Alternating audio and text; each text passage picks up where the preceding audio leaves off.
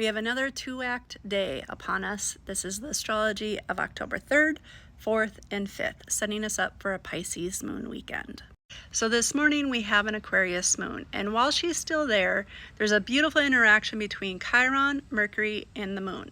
Mercury is your mind, Chiron is the inner child healing or things that you pull in from past lifetimes, and the moon is your emotional state. Mercury first checks in with Chiron, so you might have thoughts about that healing journey. Then the moon checks in with Chiron, so you might have feelings about that healing journey. And then Mercury and the moon connect right before she enters an almost 8-hour void of course moon period. So you might be integrating today a lot of those thoughts and feelings about whatever inner child journey you are on. By the way, this is a perfect way to use a void of course moon window, especially when it's almost 8 hours long, or just finishing up things that you need to wrap up for the end of the week.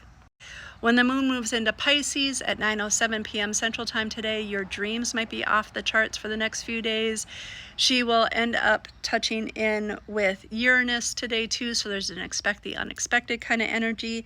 On Saturday, we have Venus opposite the North Node, so you might be out and about, especially as it relates to relationships and finances and figuring out how your future path for that might be.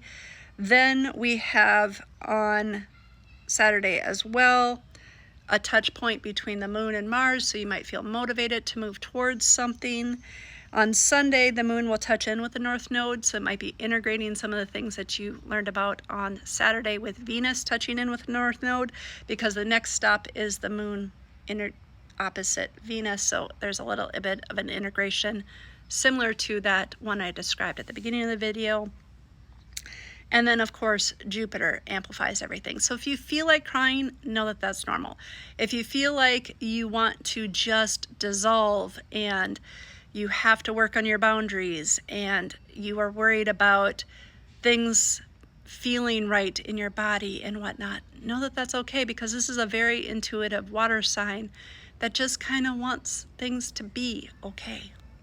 And if it's not, we sometimes want to just escape. But that's not always healthy, because sometimes we just need to face the things that are in front of us and know that you're not alone when you're doing that too. So how are you going to use this energy?